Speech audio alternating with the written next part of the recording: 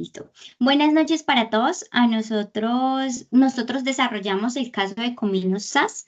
Nuestro grupo está conformado por María Fernanda Fanador, Adriana Marcela Serpa, Harold Andrés Gil y yo quien les hablo, Aura Daniela Rodríguez Sánchez. Bueno, para darles un resumen del caso de Cominos SAS, es que es contratado un trabajador a término indefinido en la empresa que les acabé de mencionar, cumpliendo todas las afiliaciones al sistema de seguridad social, como lo es la afiliación a salud, a pensión y a los riesgos. Durante la ejecución del contrato se desarrolló complicaciones de salud por una enfermedad degenerativa de origen común en el trabajador y fue diagnosticada por su EPS, la cual le otorgó diversas incapacidades médicas.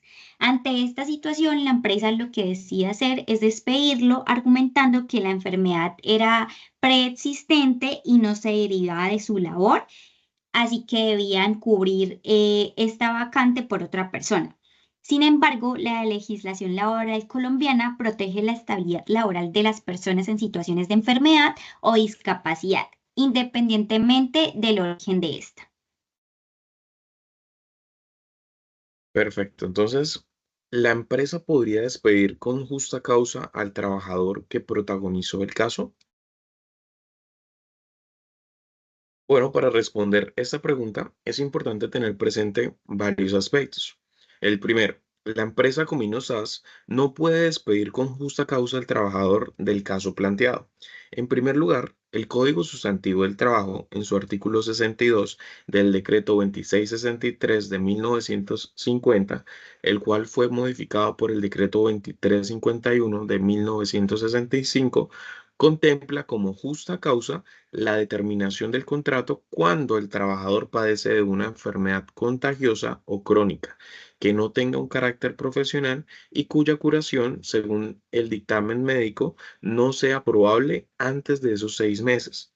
Sin embargo, en el caso no se cumple con esta condición, ya que si bien se trata de una enfermedad degenerativa de origen común, no se ha demostrado que la recuperación sea improbable antes de esos 6 meses, ni que las incapacidades superen dicho tiempo. En segundo lugar, es importante tener presente la Ley 361 de 1997. En el artículo 26 establece expresamente que ninguna persona con limitaciones podrá ser despedida o su contrato terminado por razón de su condición de salud, a menos que exista una autorización del Ministerio del Trabajo. En caso de que se ejecute el despido sin este requisito, el mismo se considera ineficaz y se da lugar al pago de la indemnización. Esto aplica sin importar la enfermedad de origen laboral o común. Adicionalmente, la Constitución Política de Colombia, en su artículo 13, el cual habla de igualdad y no discriminación, en el artículo 47 de protección e integración de personas en condición de discapacidad y en el 53 de la estabilidad laboral, refuerza la obligación de proteger a los trabajadores en situación de debilidad manifestada por razones de salud. Ahora bien, también es importante tener presente la jurisprudencia. También se ha sido clara en este sentido. La Corte Constitucional, en la sentencia SU 087 del 2022 y en la sentencia T 94 del 2023, reiteró que el fuero de estabilidad laboral reforzada no exige una calificación previa a la discapacidad.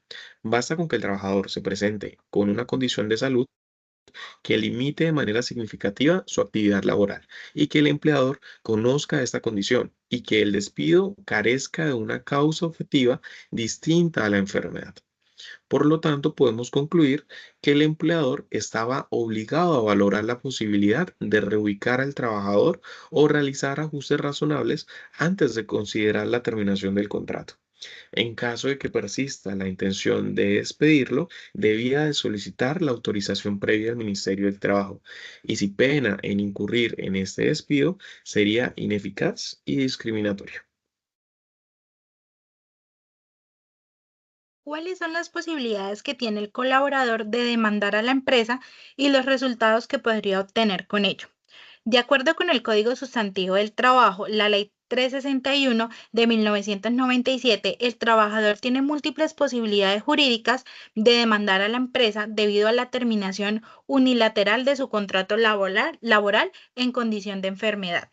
El artículo 26 establece que ninguna persona en situación de limitación física, sensorial o de cualquier índole podrá ser despedida por razón de su condición sin la autorización previa del Ministerio del Trabajo. La reforma laboral refuerza esta garantía ampliando la protección a trabajadores con incapacidades prolongadas, enfermedades crónicas o condiciones de discapacidad, incluso cuando éstas no tengan origen laboral. Por tanto, el colaborador cuenta con un fuero de salud, lo que fortalece su posición en una eventual demanda. Acciones jurídicas posibles. Demanda ordinaria laboral. El trabajador puede solicitar el reintegro al cargo al pago de salarios y prestaciones sociales dejadas de percibir y la indemnización por despido sin justa causa, lo que respalda el artículo 64 del Código Sustantivo del Trabajo. Sanción especial. Conforme al artículo 26 de la Ley 361 de 1997, el empleador podrá ser condenado a pagar al trabajador una suma equivalente a 180 días de salario por haberlo despedido sin autorización del ministerio. Acción de tutela. Procede cuando hay afectación de derechos fundamentales como el trabajo digno, la igualdad, la salud y el mínimo vital, lo que permitiría obtener un reintegro inmediato mientras se resuelve el proceso ordinario. Los resultados probables de esta demanda. Primero, el reintegro laboral al cargo o a otro equivalente. Segundo, pago de salarios y prestaciones sociales dejadas de percibir desde el despido hasta la fecha de reintegro. Tercero, indemnización por despido sin justa causa según el tiempo laborado. Y cuarto, pago adicional de 180 días de salario por despido discriminatorio. Listo. Como tercero, tenemos que evaluar si la empresa puede ser obligada a reintegrar al trabajador y los gastos que esto acarrearía para ella. Sí, la empresa puede ser obligada a restituir al trabajador a su puesto de trabajo, ya que el despido se considera sin justa causa. Se le estaría realizando una violación de sus derechos laborales, como lo es la estabilidad laboral reforzada. Los tribunales pueden ordenar la restitución del trabajador como una forma de reparar el daño causado. Los gastos asociados que la empresa puede tener serían, primero, salarios y beneficios perdidos. La empresa deberá pagar los salarios y beneficios que el trabajador dejó de recibir durante el periodo de despido. Segundo, costos legales. La empresa también podrá ser responsable de cubrir los costos legales relacionados al proceso de la demanda, incluyendo honorarios de abogados y otros gastos legales. Tercero, indemnización. En caso de que el trabajador no desee ser reintegrado o el reintegro no sea posible, la empresa podría ser condenada a pagar una indemnización por despido injustificado. Bueno, respecto a la pregunta 4, argumente si el caso planteado es viable la protección por fuero laboral reforzado y analice si esto trae consecuencias. Nos basamos en el marco legal como las normas aplicables. La Constitución Política, la Ley 361 de 1997, la Ley 100 de 1993 y en cuanto a la jurisprudencia, las sentencias que más adelante les vamos a mencionar.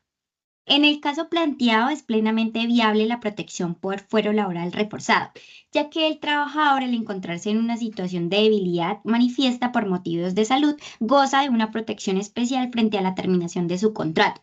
La Corte Constitucional ha sostenido reiteradamente bajo las sentencias T198 de 2006, T1040 del 2001 y SU 049 de 2017, que despedir a un trabajador por razón de su enfermedad constituye una forma de discriminación laboral que vulnera los derechos fundamentales a la igualdad y al trabajo mínimo vital. El hecho de que la enfermedad fuese preexistente o de origen común no desvirtúa la protección. El artículo 26 de la ley 361 de 97 sostiene que ninguna persona en condición de discapacidad o con condiciones o con limitaciones físicas, sensoriales o psíquicas puede ser despedido sin autorización previa del Ministerio de Trabajo. De lo contrario, el despido se entiende ineficaz. A su vez, el artículo 13 y 53 de la Constitución Política garantizan la estabilidad laboral reforzada y la protección especial de las personas en circunstancias de vulnerabilidad. Por tanto, este despido realizado por la empresa es completamente ilegal, al no contar con la autorización del Ministerio de Trabajo y fundarse en una razón abiertamente discriminatoria, la condición médica del trabajador.